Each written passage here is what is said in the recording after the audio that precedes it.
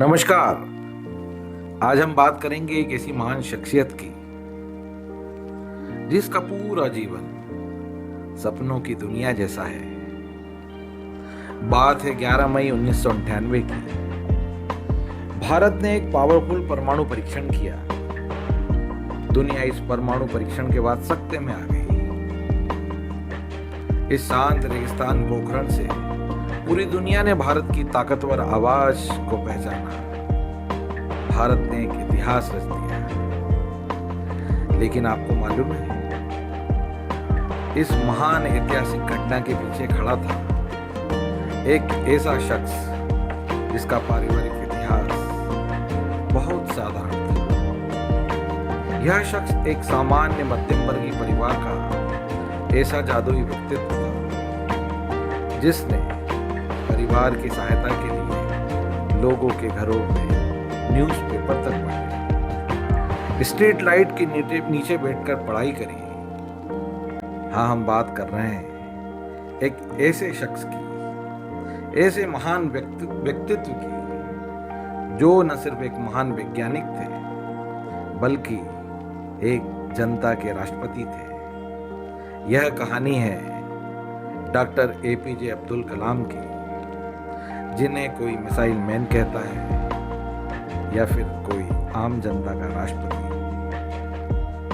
एक ऐसा नौजवान जिसने आकाश की ऊंचाइयों को छुआ, जिसका जन्म दक्षिण भारत के रामेश्वरम के एक छोटे से कोस्टल टाउन में 15 अक्टूबर 1931 को एक बहुत ही सामान्य परिवार में हुआ, जिनके पिता नावों का संचालन करते थे और मां धार्मिक घरेलू महिला थी। परिवार का जीवन अति सामान्य था, लेकिन जीवन के मूल्यों को लेकर उनके परिवार के लोगों का मजबूत हृदय था। कलाम ने अपने को धीरे धीरे ग्रो किया। पिता की सहायता के लिए वह हर हद को पार करते चले गए। उन्होंने न्यूज़पेपर तक बांटे, स्ट्रीट लाइट्स के नीचे बैठकर पढ़ाई करी। कलाम ने हर कक्षा में अव्वल स्थान प्राप्त किया। बात है 1950 की। उन्होंने फिजिक्स की पढ़ाई के लिए सेंट जोसेफ स्कूल में एडमिशन लिया। लेकिन कलाम का दिमाग, कलाम का दिल तो आकाश की ऊंचाइयों को छूने का था, हवाई जहाज को उड़ाकर बादलों को छूने का था। 1955 में कलाम ने एरोनॉटिकल इंजीनियरिंग के अध्ययन के लिए Madras institute of technology MIT में एडमिशन लिया। लेकिन MIT की फीस को भरने के लिए उनके परिवार के पास पैसे नहीं थे। ऐसे में कलाम की बड़ी बहन आगे आई। उन्होंने अपने हाथ के सोने के कंगनों को बेचकर कलाम के लिए फीस का इंतजाम किया। कलाम MIT में अध्ययन करते रहे। समय आ गया था फाइनल प्रोजेक्ट का, लेकिन दुर्भाग्य कि वह फाइनल प्रोजेक्ट फेल हो गया। उनके प्रोफेसर आवेग में आए और उन्हें चेतावनी दी कि कलाम 3 दिन में प्रोजेक्ट पूरा करो वरना छोड़ दो। कलाम कहाँ रुकने वाले थे। कलाम 3 दिन तक नहीं सोए। बिना आराम किए उन्होंने 3 दिन में अपना प्रोजेक्ट पूरा कर लिया। तीसरे दिन उनके प्रोफेसर मंद मंद मुस्कुराकर बोले, कलाम तुमने कर दिखाया। तुम असाधारण हो। तुम असफलता के लिए पैदा ही नहीं हुए। अपने को और मजबूत बनाओ और आशावादी बनाओ। कलाम इन्हीं प्रेरणाओं को लेकर आगे बढ़े। 1958 में उन्होंने इंडियन एयरफोर्स के लिए अप्लाई किया, जो उनके जीवन का पहला सपना था। लेकिन दुर्भाग्य एक बार फिर कलाम के साथ था। वे इस एग्जाम में रिजेक्ट कर दिए गए। इस सफलता से वे टूट गए और गहरे शून्य में चले गए। ऋषिकेश में गंगा नदी के किनारे जब वह एकांत में शून्य में बैठे हुए थे तो हिंदू धर्म के एक महान संत का उन्हें समागम प्राप्त हुआ। संत ने कहा, कलाम, असफलता हर एक नई सफलता का रास्ता खोलती है। तुम्हारा जन्म हवाई जहाज उड़ाने के लिए नहीं बल्कि भारत देश के लिए और भी इससे कुछ बड़ा करने के लिए हुआ है। आगे बढ़ो, मंजिल सफलता तुम्हारा राह देख रही है। कलाम के जीवन में एक नया मोड़ आया। 1958 में एयरफोर्स में असफलता के बाद उन्होंने DRDO ज्वाइन किया। उन्होंने मिलिट्री टेक्नोलॉजी पर काम करना चालू किया, लेकिन उनका सपना अपने पंखों से आसमान की ऊंचाइयों को छूने का था। 1969 में गवर्नमेंट ऑफ इंडिया ने कलाम की रॉकेट साइंस एंड टेक्नोलॉजी में महत्वाकांक्षाओं को देखते हुए कलाम का ट्रांसफर इसरो में कर दिया। अब वह समय आ गया था कि कलाम अपने सपनों को साकार करे, अपने स्पेस पे उड़ने के अपने इरादे को आगे बढ़ाए। लेकिन उनके पास न तो प्रयोगशालाएं थी, न उन्नत कंप्यूटर थे। समय तो उस समय इतना खराब था कि रॉकेट्स को एक स्थान से दूसरे स्थान पर साइकिल के द्वारा ले जाया जाता था। सैटेलाइट्स को चर्च की बिल्डिंगों से लॉन्च किया जाता था। लेकिन कलाम कहाँ अभावों में रुकने वाले थे। वे तो अभावों में निखर जाने वाले इंसान थे। समय था 1979। भारत ने अपनी पहली उड़ान को तैयार था, SLV-3। SLV-3 first satellite launch vehicle के साथ भारत अपनी पहली महत्वाकांक्षी उड़ान के लिए तैयार था। कलाम इस मिशन के डायरेक्टर थे। पूरी दुनिया और भारत एकटक आंखें लगाए इस लॉन्च को देख रही थी। लेकिन एक बार फिर कुछ गलत हो गया और यह सैटेलाइट का लॉन्च फेल हो गया। पूरा भारत स्तब्ध हो गया और बंगाल की खाड़ी में रॉकेट जा गिरा। पूरा देश, पूरा मीडिया आरोपों की झड़ी लगाए बैठ गया।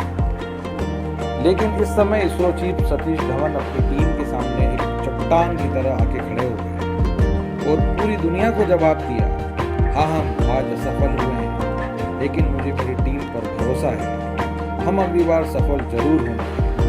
और उन्होंने कलाम को संभाला, उन पर अपना विश्वास दृढ़ किया। फिर आया 1980 का समय। SLV-3 को सफलतापूर्वक छोड़ा गया। इस SLV-3 के माध्यम से रोहिणी सैटेलाइट को ऑर्बिट में स्थापित किया गया। यह भारत की स्पेस जर्नी के लिए एक माइलस्टोन था। अब वो वक्त था जब आकाश को छूने का ड्रीम पूरा हुआ। सतीश धवन ने सफलता के इस क्षण में कलाम को जवाब देने के लिए आगे किया। बोले, कलाम जवाब दो मीडिया को। यही ट्रू लीडरशिप की पहचान थी सतीश धवन की। 1980-1990 के दशक में कलाम ने इंडियन डिफेंस प्रोजेक्ट को एक नई दिशा दी। अग्नि, पृथ्वी, त्रिशूल, आकाश की सफलता ने भारत के डिफेंस सेक्टर को एक नई दिशा व ताकत दी। समय आता है 1998 का, पोखरण परमाणु परीक्षण का। कलाम ने इस प्रोजेक्ट को बड़ी शांति से लीड किया। पूरे प्रोजेक्ट को रात के अंधेरे में शांति के साथ संचालित किया गया, क्योंकि पूरी दुनिया इसके सफल होने नहीं देना चाहती थी। अब वो क्षण आ ही गया। 11 मई 1998 भारत ने पोखरण में सफलतापूर्वक परमाणु परीक्षण संपन्न किया। दुनिया आश्चर्यचकित रह गई। भारत ने सिद्ध की अपनी क्षमता, ताकत और शांति स्थापित करने में अपने देश की प्रतिबद्धता। लेकिन कलाम इसके बाद भी रुके नहीं, थमे नहीं, निकल पड़े देश के साइंटिफिक फ्यूचर को आगे बढ़ाने। उन्हें भारत सरकार का प्रिंसिपल साइंटिफिक एडवाइजर बनाया गया। लेकिन उनका मिशन ऑफिसों की 4 दीवारों में उलझना नहीं था। उनका अगला मिशन था देश के बच्चों, नौजवानों के क्लासरूम में। और उन्होंने पूरे भारत का दौरा किया। हजारों लाखों विद्यार्थियों से मिलकर उन्हें बताया कि तुम ही भारत का फ्यूचर हो। अपनी क्षमताओं को पहचानो और अपनी क्षमताओं का पूरा उपयोग करो। उनको अपने सपनों को बड़ा बनाओ। उन्होंने 1999 में विकसित भारत 2020 के रोड मैप का विजन रखा। वे सिर्फ साइंस एंड टेक्नोलॉजी की बात ही नहीं करते थे, बल्कि उन्होंने एजुकेशन की वैल्यू को सबके सामने रखा। वो देश के निर्माण में जमीनी स्तर पर काम करने का आह्वान किया। उनका मानना था कि देश के विकास और शक्तिशाली बनाने का जज्बा देश के नौजवानों में है। 2002 में उन्हें भारत के 11वें राष्ट्रपति के रूप में चुना गया, लेकिन वे यहाँ भी न रुकने वाले थे। राष्ट्रपति भवन की 4 दीवारों में कैद करने की बजाय वे युवाओं से, विद्यार्थियों से संवाद करते रहे, मिलते रहे और उन्होंने युवाओं को, बच्चों को अपने सपनों को पूरा करने के लिए अपनी क्षमताओं के निर्माण की प्रेरणा दी। 2007 में उनका कार्यकाल खत्म हुआ, लेकिन उनका काम जारी रहा। वे विद्यार्थियों से मिलते रहे, उन्होंने शिक्षक की तरह पढ़ाते रहे, किताबें लिखते रहे। 27 जुलाई 2015 जब वे IIM शिलांग में अपना लेक्चर दे रहे थे, वे मुस्कुराते हुए विज्ञान और अपनी सेवाओं का वर्णन कर रहे थे। तभी अचानक उन्होंने अपने हाथ को अपने दिल पर रखा और अपनी अंतिम सांसें ली। कलाम अब हमारे बीच नहीं रहे। वे अपनी अंतिम समय भी पढ़ाते रहे, युवाओं को समझाते रहे कि सपनों को गढ़ो और पूरी ताकत के साथ, पूरी क्षमता के साथ उन्हें पूरा करो। वे कहते थे, मैं एक हैंडसम आदमी नहीं हूँ, लेकिन मेरे हाथ में वो ताकत है जिससे मैं किसी की भी सहायता कर सकता हूँ, क्योंकि वास्तविक सुंदरता तो हृदय की होती है। उनकी मृत्यु के बाद पूरा देश शोकाकुल हो गया, क्योंकि हमने न केवल एक महान वैज्ञानिक को खोया, बल्कि देश का एक सच्चा सपूत, एक महान शिक्षक, एक जनता का राष्ट्रपति और एक उदार हृदय वाला महान व्यक्ति खो दिया। डॉक्टर APJ कलाम आज हमारे साथ भौतिक रूप से नहीं है, लेकिन उनके विचार, उनके आदर्श आज भी संपूर्ण भारत में जिंदा हैं। ऐसे थे कलाम।